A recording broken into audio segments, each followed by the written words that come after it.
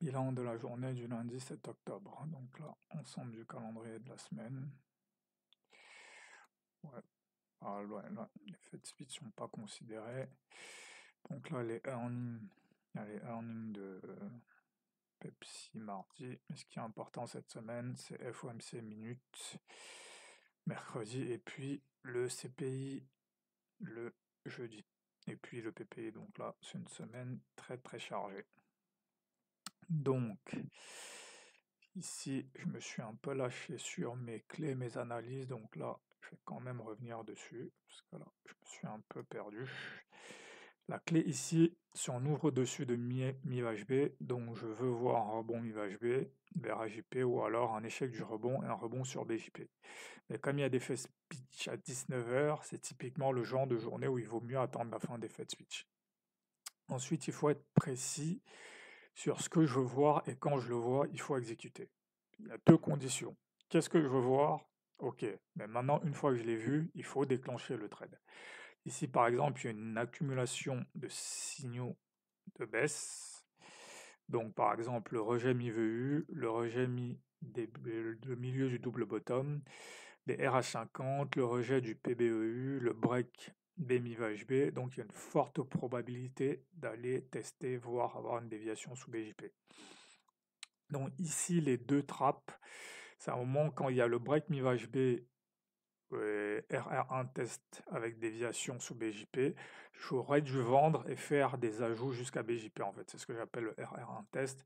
Et ici aussi, un moment de confusion, c'est quand en fait, je me demande est-ce qu'il y a un rebond sur MIVHB ou un échec du rebond. Les choses que j'aurais dû voir, c'est le matin, il y a une baisse, et à 15h30, MIVEU devient résistant. Donc ça aurait dû être un signal pour me dire que ça va plutôt baisser. Ensuite, de façon plus précise sur le S&P, il y a le RH50 et le rejet du milieu du double bottom, double top plutôt, et sur le dos, il y a le rejet MIVHB et le rejet PBU. Donc voilà, qu'est-ce que ça donne? Donc ici, qu'est-ce que je veux voir? J'aurais même pu placer un ordre ici sur MIVHB et un ordre ici sur AJP. Donc je veux voir ces signaux-là continuer. Là, j'ai pas forcément de signal, là, j'ai pas forcément de signal. Là, j'aurais acheté, rebond MIVHB, ici aussi rebond MIVHB, donc ça, c'est ce que je veux voir. Maintenant, je veux voir ça continuer. Ou alors un retracement. Typiquement, ici, je pourrais acheter en me disant que ça va juste être un retracement, on va continuer à monter. Je le fais pas encore, mais c'est possible. Ici, j'ai un deuxième rebond MIVHB, donc là, je peux me dire que ça va continuer. Mais là, ça reste quand même ambigu, parce que là, on reste dans l'open round. Donc ça, c'est comme... Là, typiquement, ouais, là, oui, là, je pense que mieux pas faire d'ajout ici, parce que là, on est quand même dans un moment ambigu. Là, ouais, on reste dans l'open round, donc il faut faire attention. Donc ici, là, par contre, je dois voir le double bottom. On est venu une fois sur cette zone, on est parti à la baisse, on revient une deuxième fois, on part à la baisse. Donc à partir de là, je peux commencer à mettre un ordre de vente dès qu'on va briquer cette zone. Ici, pareil, dès qu'on va briquer cette zone, je peux commencer à mettre un ordre de vente. Voilà, c'est ce que je fais ici. Parce que là, maintenant, je m'attends à ce que la baisse continue. Donc voilà, ici, sur le dos, c'est encore plus clair. Voilà, sur le dos, c'est encore plus clair. Dès que ce bull flag échoue, je peux vendre en dessous ici.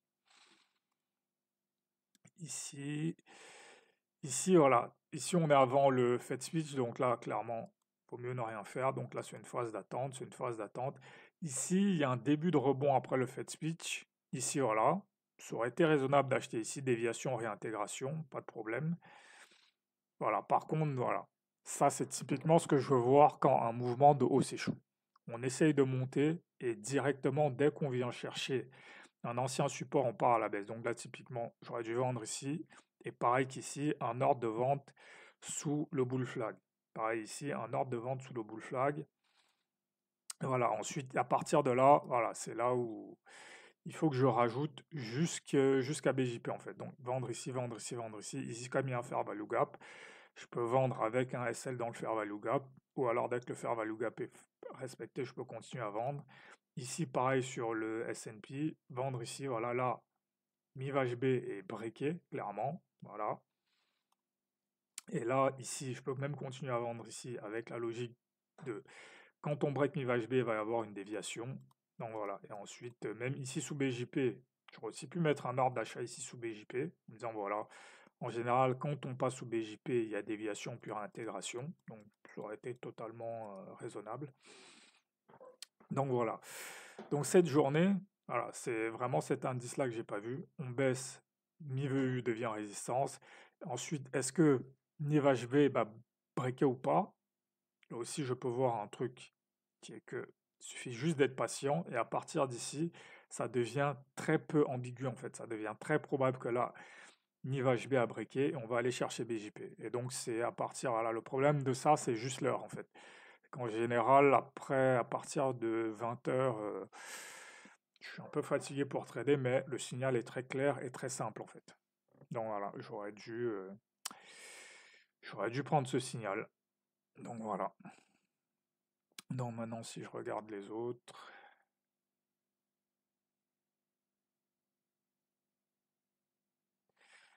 le dos c'était très très clair. Voilà, ici, on break le plus bas de la session EU, on revient dessus puis on part à la baisse et en même temps c'est aussi un régime IVHB, donc vraiment c'est une accumulation de signaux de baisse. Là on est toujours dans un range, donc là il faut s'attendre à ce qu'à un moment donné ça pète soit vers le bas soit vers le haut. Donc probablement après le FOMC minute et le CPI. Donc ça veut dire que là ce range il va bientôt être conclu. Là voilà, pareil, on est dans un range, donc on attend le FOMC minute et le CPI.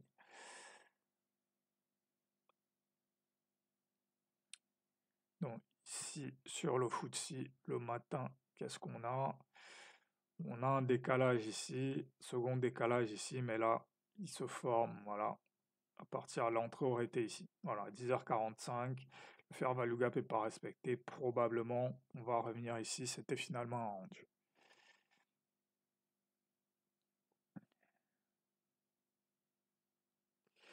Sur le DAX, ici, bah, là c'est clair, le double bottom ici à 11h30, voilà, pour au moins revenir sur la clôture, voire ici.